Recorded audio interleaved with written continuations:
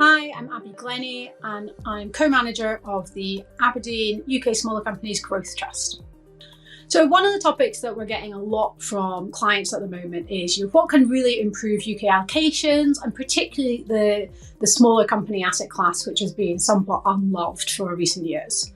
And I think there are a few catalysts which hopefully we have on the horizon. I think one of the more recent ones has been the potential for government action.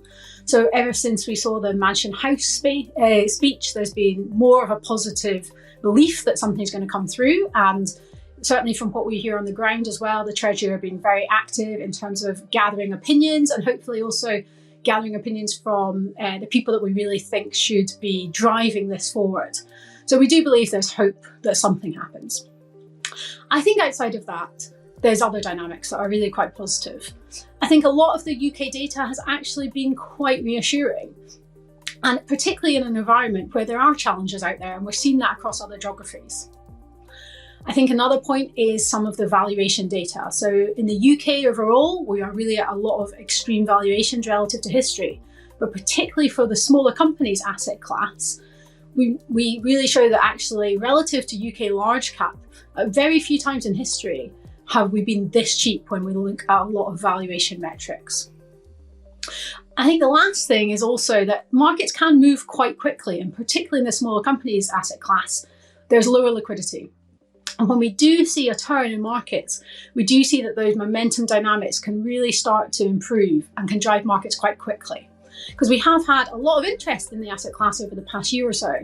But I think what data would show is that there's actually been very little flow moved in.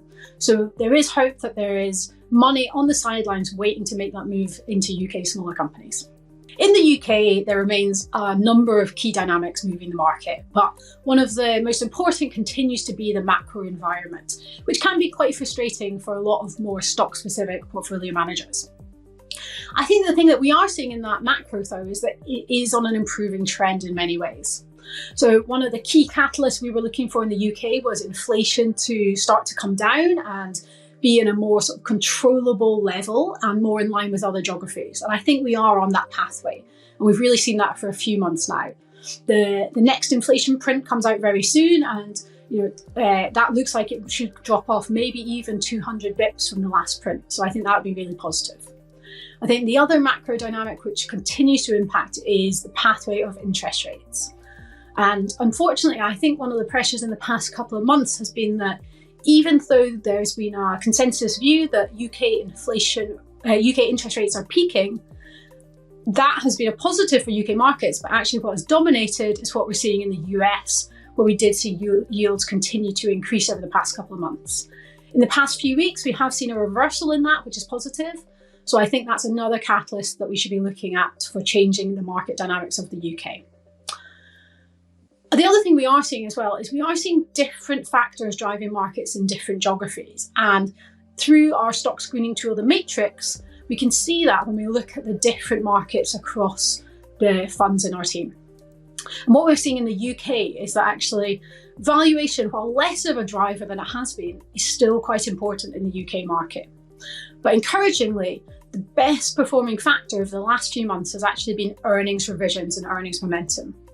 So we are seeing more of a focus, we think, back onto stock-specific fundamentals, how companies are reporting, and what's happening to earnings forecasts as a driver of share prices. Earnings reporting is always an important driver of stock markets, but I think that's becoming more the case, and that's important for us as stock pickers. What we have seen is that we've seen an improvement in the earnings revisions really since the turn of the year, and that's been encouraging. But disappointingly, the last couple of months have seen a bit of a step back. September was a bit lackluster, and actually October was a really tough reporting season, not just across the UK, but actually in other geographies. And I think in the UK, the dynamic of earnings downgrades versus upgrades was actually the weakest data point that we'd seen since October 2022. Now, I think there have been certain sectors which have often dominated in that in the past month. I think industrials has been the biggest challenge in terms of earnings downgrades. So we have seen some big moves in some of those, not just earnings forecasts, but share prices across the market. Encouragingly though, when you read the data, I think a lot of it is more destocking driven than it is demand driven. And hopefully that should be a shorter term horizon problem. I think actually a lot of the consumer data in the UK has been quite encouraging, and we've seen some really strong reporting across consumer exposed companies. So that continues to be a positive surprise to many people, but encouraging. I think we continue to see opportunities through stock selection and portfolio construction.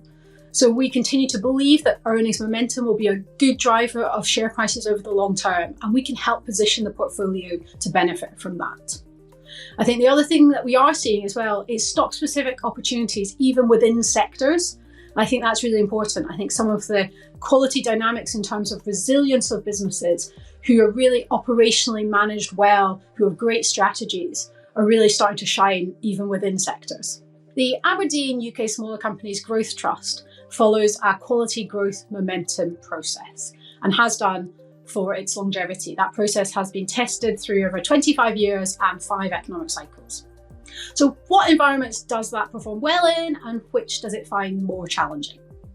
I think one of the encouraging things that we've seen over the history of the process is that we've actually driven relative outperformance through all different market environments. So when we categorise those into strong markets above 10% per annum, moderate markets 0 to 10%, and falling markets, we've delivered outperformance in all of those environments. And I think that also highlights the benefit of quality through a cycle. What other environments are important for that style? So what's been challenging for us is the increasing interest rates and increasing inflation. So those reversing would be a positive, we believe, for quality growth style. And we've seen that through some of the historical data across markets.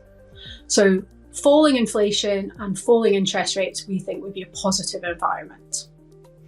I think also one thing we'd like to see is more of a focus back on stock specifics rather than the market being really dominated by macro. So stock specific focus would also be a positive for us.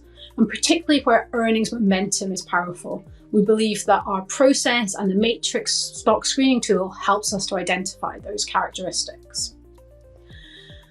And what are tough environments for us? So, value periods, value-driven cyclical periods tend to be the toughest, but we can see that sometimes in sharp market recoveries.